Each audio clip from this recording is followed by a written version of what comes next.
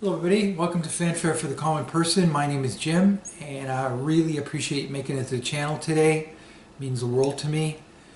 If you haven't yet, I'd appreciate it if you could subscribe down below. It would help me out a lot in terms of producing more content and just getting more stuff out there so you can watch and comment on.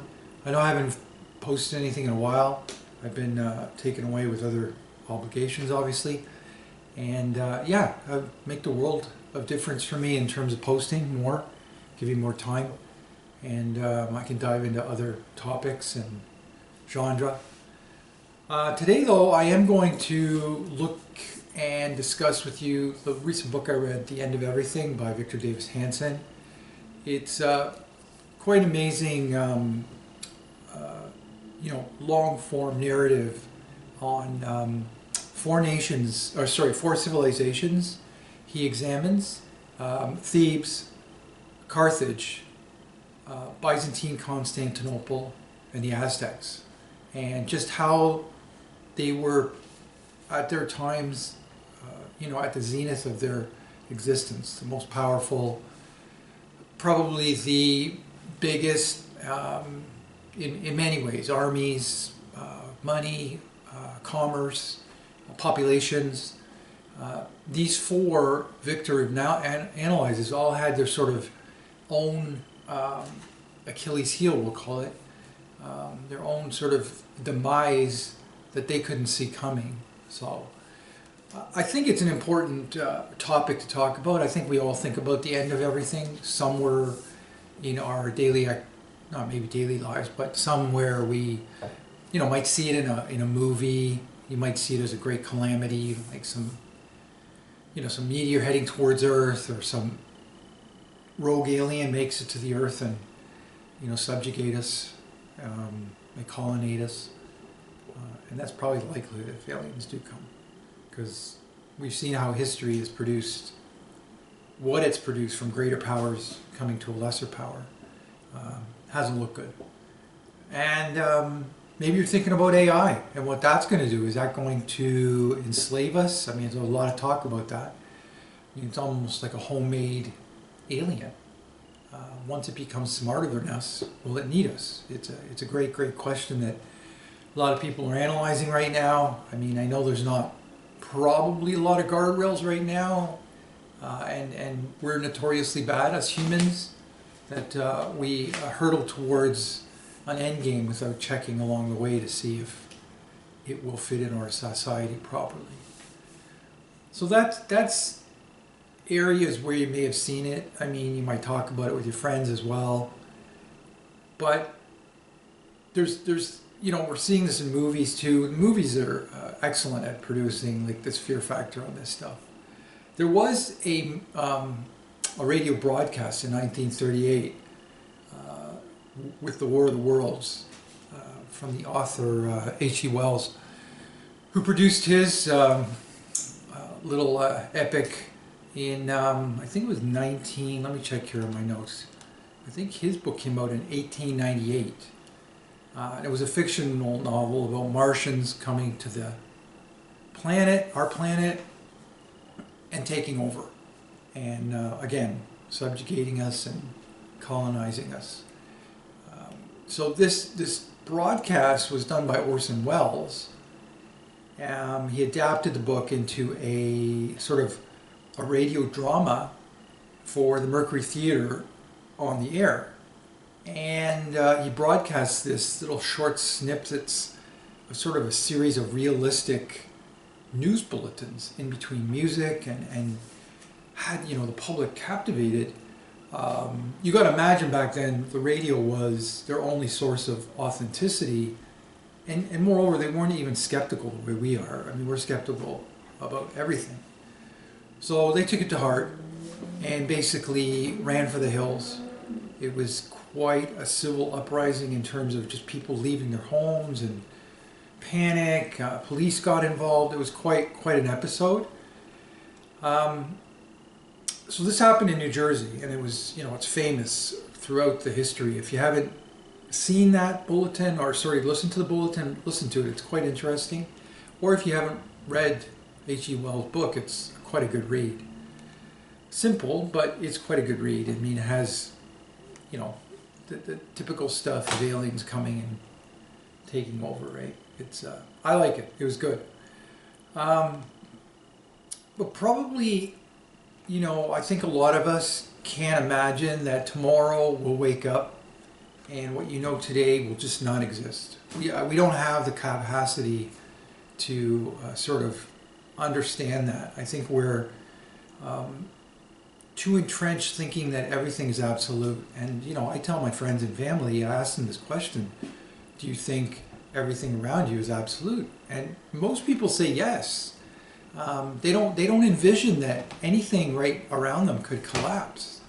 And it's an interesting idea that everything is temporal here. I mean, even our existence on the earth, we haven't been here for very long, but, you know, it wouldn't take much for us to devolve into chaos and destruction. Especially, you know, if food chains stop, you know, we're not getting our Doritos and our Netflix. I mean, it could devolve. You don't know. I mean, we've seen power outages create havoc on a you know, regional scale that's quite epic. And if, you know, something lasted more than 6 months or a year, I wouldn't even want to envision what we would devolve into. It would be quite horrendous, I imagine. So, like I said, his latest book, which is called The End of Everything, here it is right here. It's a powerful long form, which is a reflective warning, as I've said, that our civilization is not absolute. And as I said, you know, civilizations fall, but the advanced societies often become psychologically incapable of imagining total defeat right before it happens. And in his book, like I said, these four civilizations equally thought they were the cat's meow when they were in power. Thebes, very powerful nation. Same with Carthage and Byzantine Constantinople, a millennia of existence. And the Aztecs probably as long too. So none of these nations thought ever they would be you know, taken down to their knees. But they all had here 5 sort of aspects they suffered from in their doom spiral for their civilization. The 5 are, you know, they had a pride in past greatness, you know, through wars and victory and commerce and yada yada. Failure to recognize changing threats. In terms of many of these, armies were armed better, more tactical. You know, supply chains may have changed. The armies may have incorporated gunpowder now versus, you know, spears that were made out of like wood. So, you know, it's all that kind of stuff as well.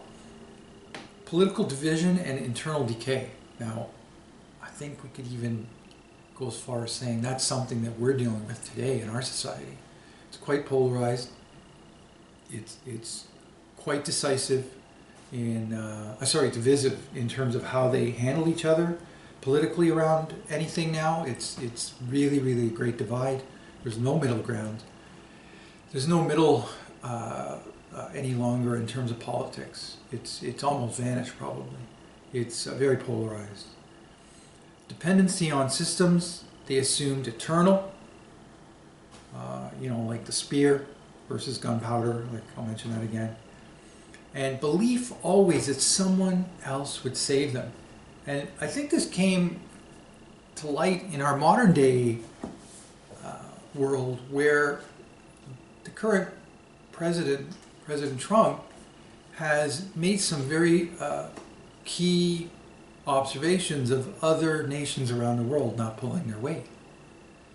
So, I mean, with Canada's a good example.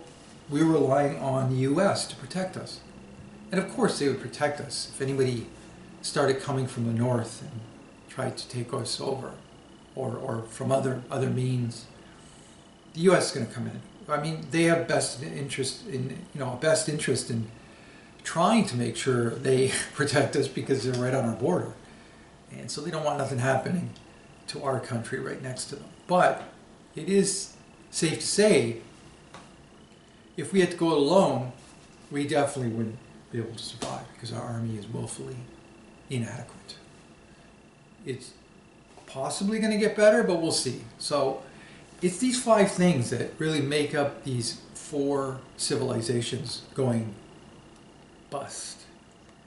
So, we'll talk about Thebes. It's one of those moments in human history when cultures like Thebes had this hubris, and it totally eclipsed their sort of practical limitations they understood. These guys thought they're, like I said, all powerful because they defeated Sparta, Electra. They dominated the whole Greek peninsula for many decades and several centuries. But in their situation, success bred arrogance. And so, like I said, they just thought they could never be defeated. But again, in this particular situation, things changed quite quickly. At the same time, Philip of Macedonia, we'll call it Macedonia.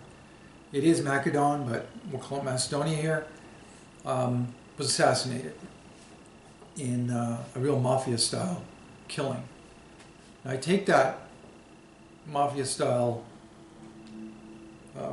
verbiage I just used from Dan Carlin, who has a series on Alexander the Great, and you've got to go see it if you get a chance. Dan Carlin, 2-part series, beautiful, really well done. You'll learn a lot about Alexander the Great, but moreover, just sort of the family and Philip and just how everything came to be. So, in our situation here, at the same time Philip was assassinated, there was lots of, hatred towards the Macedonians. They thought they were barbarians. They had sort of a monarchy system versus democracies down in the bottom half of the Hellenic world, with Athens being, the epicenter of culture, and they all see these savages up in the north, the Macedonians, as not worthy. So, making a long story short, Philip's assassinated. Alexander comes to power. Immediately when he comes to power, there is a uprising with the northern tribes. Albania, Croatia, all these tribes went right up to the Danube. Slovenia, out in the Belgrade area with Serbia, and just that whole area was full of these northern tribes, the Thracians, the Tribali, Goti, and the Illyrians. So they went nuts. Alexander marched his troops up there, fully subdued them.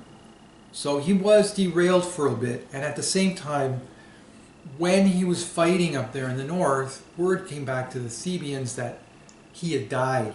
He had died in the battlefield, and the Thebes crowd revolted, and so did sort of the rest of the peninsula of the Hellenic Peninsula.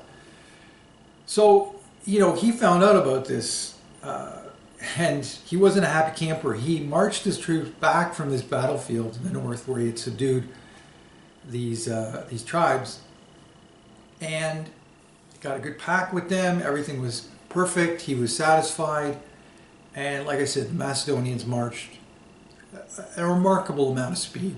Alexander was noted for the speed of his army going to battlefields. It was unprecedented how he pushed them. So he arrives in Thebes, parks himself right outside the gates, and asks for some kind of,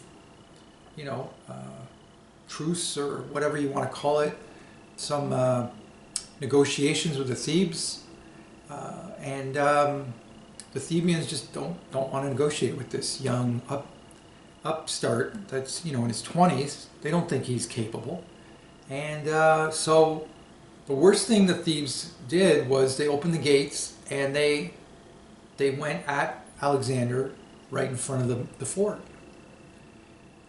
There was a garrison of Macedonians inside Thebes that had been there for a while due to capture.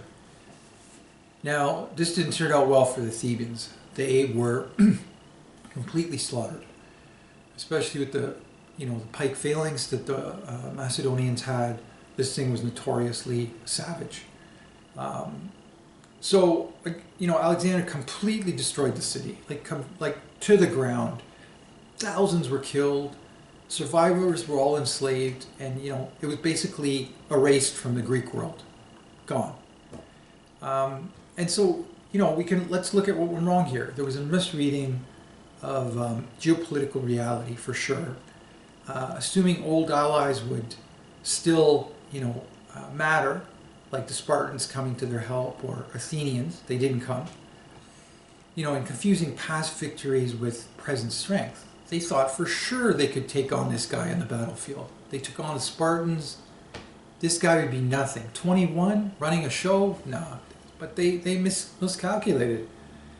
And again, to that point, dovetailing that, they didn't sort of understand the rising powers. This guy was a new kid on the block, and there's no way they could beat him. I mean, the army was massive too, just outside the gates. And I think the Thebians didn't realize how monstrous it was. So, let me just check something here. Okay. Yeah, so if we take a modern reflection on this, geography protects, they thought the geography protected them because they were sort of down below in the bottom half of the peninsula. Might give them some time to rally and get the troops ready, but they made a mistake by opening the gates. They should have stayed in the fort, fought him there. Maybe they would have had a chance and drawn him out a little longer. Probably not. They still would have lost. Allies guarantee survival. Enemies will behave rationally. We know that doesn't happen. Economic prosperity equals security. So Thebes didn't die because it was weak. Not at all. They're powerful. It died because it believed the world still worked the way it did when they were fighting the Spartans. So they obviously miscalculated here. So Carthage, here's another one. It was a wealthy, sophisticated, commercial, and cosmopolitan empire that was on the Mediterranean.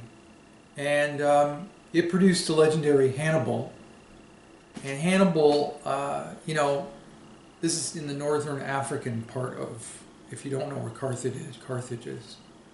I know where Morocco is now and that area.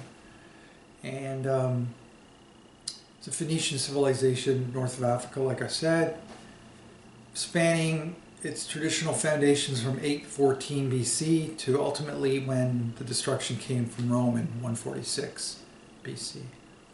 It grew from a small trading port settlement to a massive maritime empire, and it kind of was in the pincer area of where Northern Europe met the African peninsula, and they sort of dominated that strait for commercial traffic with boats, with levies and such. So they grew rich. They grew very, very rich. So after the Punic Wars, Carthage just chose to go more from an economic standpoint. They wanted to recover, and instead of military readiness, they put that sort of on the back burner. And that was going to be, the unraveling for them once things started getting heated up. So Hannibal was quite a thorn in the side to the Romans. He's noted for surprise attacks, military strategist for sure in his own, like all the very other ones that in our history. He's one of the big ones too.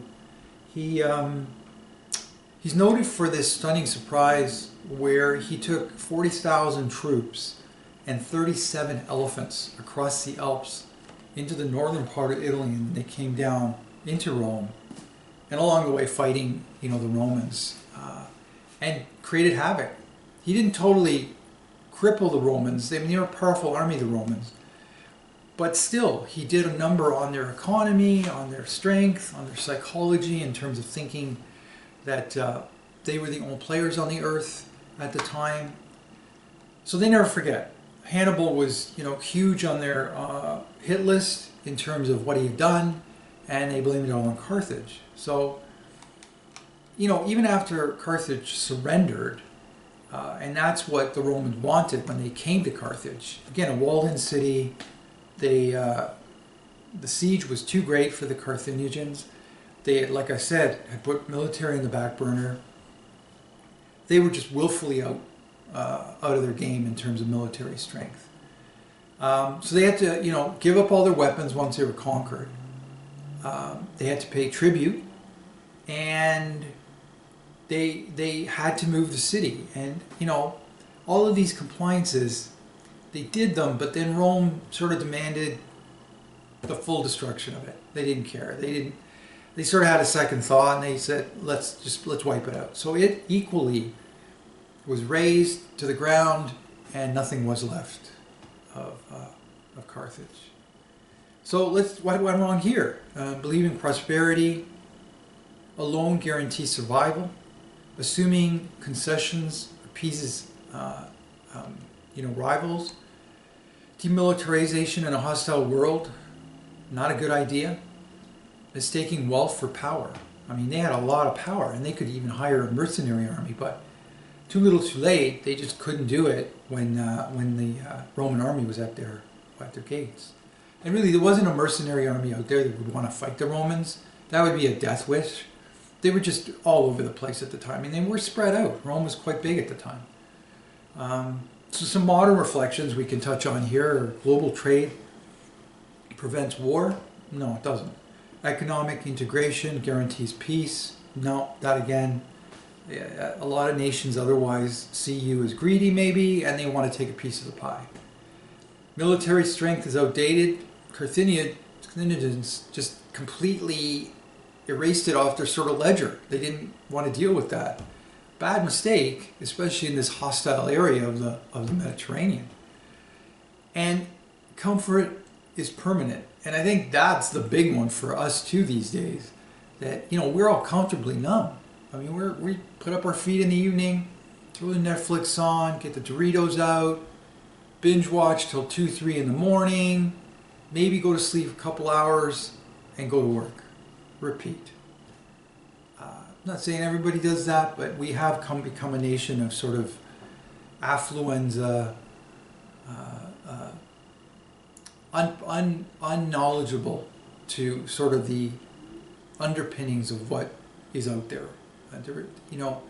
There's a lot of aspects to our civilization that are equally in jeopardy compared to these nations. Maybe not to this degree, but there is rogue aspects out there right now happening that are biting at our heels that we have to recognize.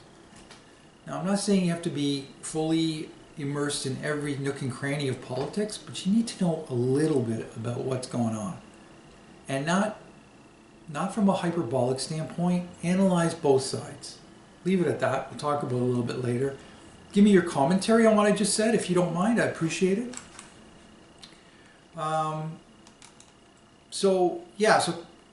Carthage believed civilization itself would protect it. Rome taught the world that civilization without power is just merely prey. Brilliant. So let's look at the next civilization Victor looks at. It's the fall of Constantinople. It was a Byzantine Empire. It was a watershed moment of late Middle Ages, making the end of this so emblematic. It was a massive civilization as well. It had this, one of the largest churches at the time, I think the Hagia Sophia, which now is a mosque. And I'll get to that in a sec. It began about 27 BC and lasted to nearly 1,500 years right after that. And so, for many modern historians, the fall of Constantinople marks the end of medieval period and the beginning of the early modern period. And it's been written about. I mean, this is quite a big deal. I mean, you're talking millennia of existence, and it didn't take much to take them down. A bit of gunpowder, you know. So the city fell. The city's fall, you know, stood as a turning point in military history. At this point, militaries, you know, a lot of them used just very crude things and spears and knives, and you know, they had some other sort of medieval contraptions that, you know, threw boulders, and it wasn't as effective what came at them. It was gunpowder. And so this was sort of the left turn that society made militarily. So the walls of Constantinople, they were massive, they big. And nothing at this point had yet been able to breach these walls until gunpowder came along. And so, you know, the Ottoman Empire, the infantry came and just started lobbing in bombs, just hammering away at the wall. And it fell. It fell because, you know, these nothing been ever used this way in this kind of military style, using bombs that just annihilated the wall. So here it is again. You know, Byzantine Empire thought that the walls would protect them. Faith in history would make this area sort of eternal. No one would want to dismantle or upset or, you know, do something that would upend this sort of great city. Ottomans didn't care. They came in, it took them a little while to conquer it, they got it, and they still have it. So by 1453, the empire was politically fractured, economically exhausted.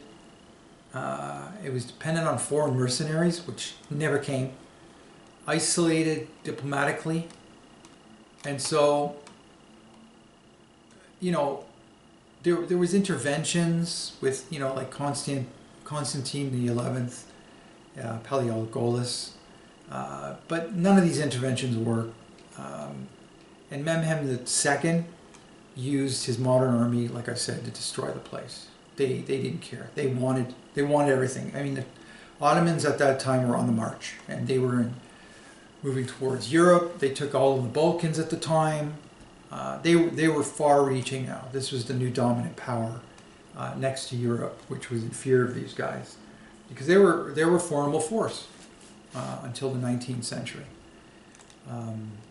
So what went wrong for Constantinople? Reliance on outdated defenses, right? The wall could withstand most things until gunpowder came. Political and religious infighting. There was a lot of that in the city prior to its demise.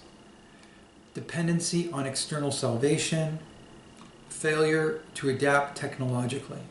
So again, a lot of it kind of circles back to just not keeping up to speed with the Joneses and not putting enough effort to maybe reinforcing the walls of Constantinople, and just inside being more politically astute to what could happen. They didn't realize the geopolitics with the Ottomans. So, you know, what's the modern reflection here? Aging institutions, outdated military assumptions, old geographical alliances, belief that history guarantees relevance. All of this leads to that fact that the fall of Constantinople, you know, it wasn't, you know, just simply that the walls were weak, but its imagination fell. That's what fell in Constantinople. And the next one that Victor talks about are the Aztecs. And this was, I'll be honest with you, when I was reading the book, I didn't think this would intrigue me as much, but this one really is fascinating, because when Cortez came to the Aztecs in 1521, I think it was, these guys were just like aliens had arrived from another planet. Carthage, Byzantium, Constantinople, and Thebes, sort of this area knew sort of they're kind of a brethren. They were sort of from the same stock.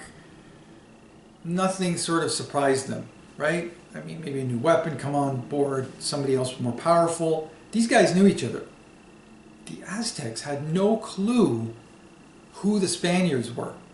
So when they arrived with these massive horses, mastiff dogs, Spanish army had these mastiff dogs, huge.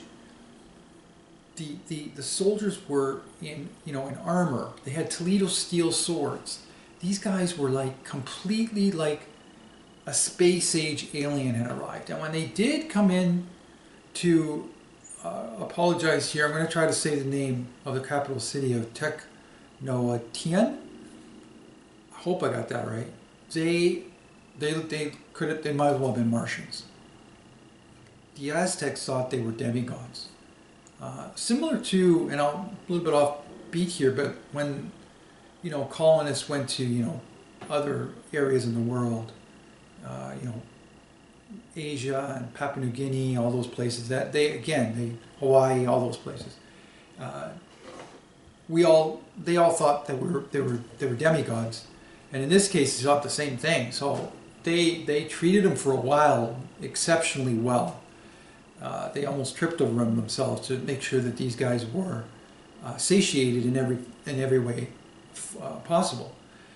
But the Aztec people soon realized they're just humans. They were lustful, they were greedy, they got drunk, they were obnoxious, they were just regular individuals just like the Aztecs. So they turned on them. And, Montezuma, who welcomed these guys, soon just wasn't tickety-boo with them. And Cortez, who is the head of the Spaniards in this area, and Cortez was no military giant. He was given the task of subduing sort of that area. I think Cortez had its own sort of land claims in Cuba. I'm not sure what island he was in, but the Spanish governed him allowed to go in there and sort of look around for gold. Came upon the city, and this little city, not little, I mean, the Aztecs were massive. They had several million people. Maniacal to the nth degree. They subjugated all of the other lesser tribes around them, and so they were very vilified from them. So the Spaniards had quite a large body of tribes that joined them to the defeat of the Aztecs. So the biggest thing that Cortez, and he wrote back to the king and the queen, was this, the ritualistic, where they would take the heart out of an individual up on the Temple Mount, and they would do it while the person was alive. And when they were fighting the Aztecs, the Spaniards, it was a tough haul for them because these guys were guerrilla warfare. They knew the forest like the back of their hand. There's a section in the book where it's described really vividly in terms of the Aztec soldier, the Spanish soldiers were trying to leave. Cortez had gone back to the ship that was moored off Mexico at the time. Well, it wasn't Mexico at the time, off of now Mexico. And while they were leaving these soldiers, they were taking gold with them, and plus they were in armor. And this is a swampy area, so a lot of the soldiers fell into the swampy area with the gold, and a lot of them were taken out, captured by the Aztecs, the tribes, and brought back to the Temple Mount. They were put in cages down below, and so they could see what was going on. But even during the stay of the soldiers down below, they would see the Aztecs ritualizing individuals they had taken from other tribes. And again, the soldiers either that were captured or the ones that were in wait to on the flank of the city of the Aztecs, could hear the cries of either their friends or just some individual getting their heart pulled out of their chest while they're alive. It was crazy. And apparently they did about 30,000 of these a year. So Cortez was pissed off from that standpoint, just from a biblical standpoint. He didn't think it was godly. And so he wrote back to the king and the queen. He said, listen, I'm going to take care of business here. So they had the first round of sort of skirmishes with the Aztecs. Didn't do well for the Spaniards. They had to retreat.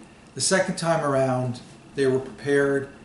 They sort of had a little bit more lay of the land. They understood it because Tenochtitlan sat at that point, which is Mexico City now, in the middle of a lake. It's been drained now. Mexico has been drained of this lake. At one time, it surrounded the whole body of land here where the Aztec temples were. And they had causeways to get in and out. They had designed these very specialized causeways where you could raise them to let boats to get through and stuff. The Aztecs had designed these. And I mean, they were quite brilliant for their times. They had floating vegetable gardens. I mean, they were a very functioning society, very well maintained. They had order, we'll call it, sort of a religion that was their own in terms of this you know, the killing of individuals and in this manner. It was quite stark. So again, you know, Montezuma was killed in a skirmish in 1520, and they're not sure at that time. I mean, the Aztec military did use rocks to fight and spears. He got hit in the head or something like that, and he died. So soon after, the Spaniards just annihilated the Aztecs, and they capitulated. And yeah, so they just didn't realize, the Aztecs didn't realize the capacity of these people. They thought because there were so few of them, there was no way they could beat such a big army like the Aztecs, because there was thousands of these guys. But again, gunpowder, Toledo steel,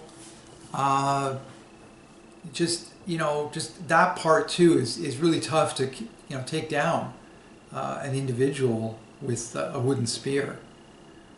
So the Aztec Empire, appeared unstoppable, a massive capital city, military dominance, had religious authority, and it was a tribute empire, But their power depended heavily on fear and subjugation. That was the only way they could do it. So again, when he came, Cortez, second time around, when he mustered a little bit more of an additional part to his army, the Spaniards just overran them. Yeah, they had no chance.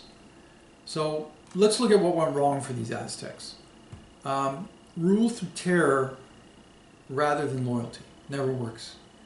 Failure to recognize internal fragility, because they were fragile in amongst themselves, because they were vying for power as well. They wanted to get to Montezuma's level, many of these guys. Overconfidence in military dominance, and an inability to unite subject people. So if they were kinder to the tribes in their area, they may have defeated the Spaniards, and likely so, because there were so many of them. A modern day sort of reflection on this society built on coercion, division, and ideological rigidity may appear powerful until crisis reveals they possess no real cohesion. And we've seen that, with communist systems. It was all about fear and trying to dominate people through these institutions that gave people no power, and just, created, a class of people that were just dominated by the government with no say. So the Aztecs discovered too late that people forced into obedience will not defend you when the armies arrive. So the cautionary warning from Hanson is that America is Rome. Things can fall. We in the West here think we have it made. The West is collapsing tomorrow, possibly? Is that possible, do you think? I don't know. Maybe comment down below what you think. I mean, I think there's cracks right now in our civilization to some degree. And there is cracks everywhere. I don't predict it's just in the West. But some of it's deeper and it's psychological now too. But I think there's a little too many that don't realize what the situation is around us. We just, constantly assume the supply chains are going to be there. Peace is normal. Technology replaces resilience, and institutions can never fail. And someone else will respond to crisis. These 4 civilizations we just reviewed thought all of that, and they collapsed. Now, I understand their different situation back then. They were fighting for territory and power that's probably not the same as it is today. We're not looking to expand it to territory, but our failure might be different. Hanson examines these 4 just as a cautionary tale for us. There is tidbits out there you can pull out. There's so many nuggets there that really do have emphasis on our day today. So he believes that civilizations, they just don't realize right up until the last moment what's going on, and everything collapses. And they will wonder the next day, what happened? Why didn't we think of that? And that's where he emphasizes the fact that we're sleepwalking through life sometimes. Themes that sort of permeate current nations around the globe right now are complacency, created by our prosperity. We have lots of complacency. And decline of civic identity, massive thing. Technological dependence, political tribalism, military outsourcing, inability to distinguish comfort from strength. And that one's powerful. History's greatest civilization rarely believed they were at the end of their story. They believed they were too advanced to fail, too wealthy to collapse, too connected to fall apart. Thebes trusted alliances, Carthage trusted commerce, Byzantine Constantinople trusted history, the Aztec trusted fear. And all of them discovered the same terrible truth. Civilizations do not die only from invasion. They die when they lose the ability to recognize reality before it arrives at the gates. So true. The reason these ideas carry weight is because history repeatedly shows that collapse is rarely expected at the end, while people are living through it. The people in Thebes did not believe the city could vanish. The merchants of Carthage did not believe wealth could fail them. Constantinople trusted its walls. The Aztec trusted fear. Every civilization believes it is different, until history reminds them they are not. So, these 4 civilizations, daily life looked and felt normal right up until the last few moments. Markets open, politicians still argued, elites still were reassured of a good society is under our feet. People still pursued comfort. Many assumed the crisis would pass, if there was one, because there were so many institutions that would regulate it. That's what makes these stories feel hauntingly modern. Civilizations often normalize decline gradually. Institutions weaken, civic identity fragments, dependency grows, confidence remains strangely high, and comfort masks vulnerability. A comfortably numb society is especially strong in failing because it captures the contradiction perfectly. A society can be technologically advanced, wealthy, entertained, and interconnected, yet simultaneously fragile, distracted, and psychologically unprepared for hardship. The most dangerous moment for a civilization may be when prosperity convinces its history is no longer applies to them. So just, many of us think that we can't repeat history, but we're constantly not looking at history, not, to give us the information to allow us to not make those mistakes. Many of us today, bypass history. We change history. We suit it to our own way we think it should be. We're constantly trying to be revisionists instead of taking heed of what history provided us at that time, trying to apply it today. Leave it alone. Try to examine it. There's nothing wrong with analyzing it to some degree, but it's important that we learn from our history. So, talk about the next sort of wave of vulnerability, the threats of AI, and the rise of machines. The creation, we're creating a new species, and it could either, like I said at the beginning, slowly or quickly subjugate humans. We're not sure yet. It's hard to tell. Just like the fourth civilization, we humans think we have everything under control and we will prevail. The humans are masters of the universe now, or are we simply a small speed bump for the next wave of technological systems that are so smart they won't need us? Plus, we have more division in our different civilizations than ever before, and coming in wide variety of grievances between different countries, US versus China, Republican versus Democrat, Christian versus Muslim, racial divides that are prominent by, even race baiters, huge economic disparities, unable to understand the purity of science vis-a-vis things like pandemics, gender revisionism of history, and of just many different topics, revisionism, I'll say. And we're just sort of insecure. We have this self-loathing. We're constantly overloaded with social media. We're always distracted, never in the moment. That's why the doomsday clock was moved to 85 seconds, 1 minute and 25 seconds to midnight. Its closest point, a symbolic catastrophe in its history. The Bulletin of Atomic Science updates the time to reflect growing, extremist risks, with wars and AI and such.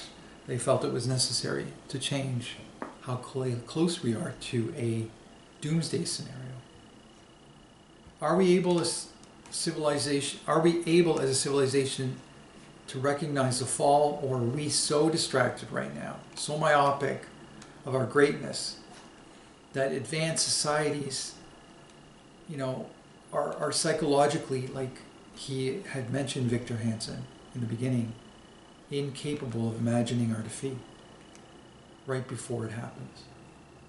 Let me know what you think. Is our civilization at risk of collapse, as illustrated by Victor Hanson, The End of Everything, and his review of the four civilizations who thought they were invincible? Are we equally invincible? Moreover, are we going to be able to survive the next torrent of challenges, with the biggest one maybe being AI? Maybe other things will come our way that will save us. Maybe we'll get it together in the last minutes. But I don't know. I fear that there's a lot at stake here that we're not taking heed of. We're not taking inventory of a lot of things.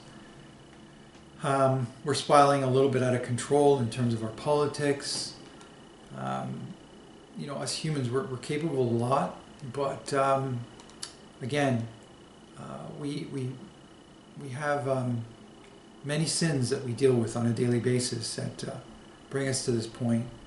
And So it's yet to be seen. I'm going to stay optimistic. I hope that we can be better as a society, better as humans, to try to navigate this and just try to have a normal life and make sure that the next generation gets the best that we can produce for them. So here's the book again, Victor Davis Hanson, The End of Everything. It's a great book. Read it if you can. Please, again, if you can just comment down below your thoughts, would be magnificent. I appreciate it. Again, if you can subscribe, I would really appreciate it, because that would really help me make more of the channel, produce more content. Again, thank you for joining me today. I appreciate it. And till the next time, I will see you then. Again, please comment. It'd be phenomenal. See you in the next episode. Thank you.